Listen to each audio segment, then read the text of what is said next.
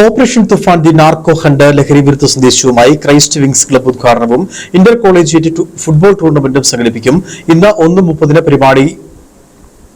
പരിപാടിയിൽ എംഎൽഎമാർ, ജനപ്രതിനിധികൾ, ഉന്നത പോലീസ് ഉദ്യോഗസ്ഥർ തുടങ്ങിയവർ പങ്കെടുക്കും.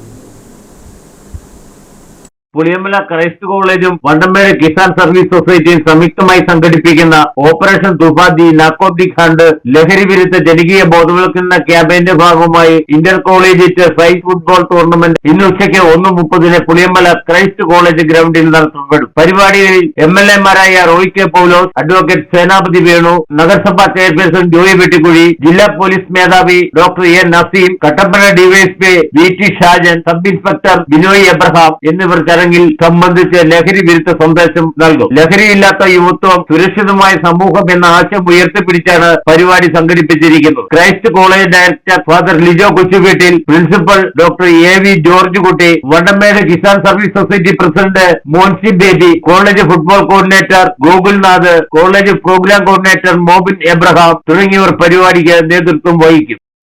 ക്രൈസ്റ്റ് കോളേജ് പുളിയമലയും വണ്ടമ്പേട് സർവീസ് കിസാൻ സർവീസ് സൊസൈറ്റിയും സംയുക്തമായി ചേർന്നുകൊണ്ട് സംസ്ഥാന ഗവൺമെന്റിന്റെയും കൂടി പദ്ധതിയായിട്ടുള്ള ഓപ്പറേഷൻ തൂഫാൻ ഒരു സന്ദേശം കൂടുതൽ ശക്തമായി സമൂഹത്തിലേക്ക്, പ്രത്യേകിച്ച് യുവജനങ്ങളിലേക്ക് എത്തിക്കുക എന്ന ലക്ഷ്യത്തോടു കൂടി കോളേജും വണ്ടമ്പേട് കിസാൻ സർവീസ് സൊസൈറ്റിയും സംയുക്തമായി ചേർന്നുകൊണ്ട് കോളേജിൽ വെച്ച് ഒരു ഇന്റർ കോളേജിയേറ്റ് ഫുട്ബോൾ ടൂർണമെന്റ് സംഘടിപ്പിക്കുകയാണ്.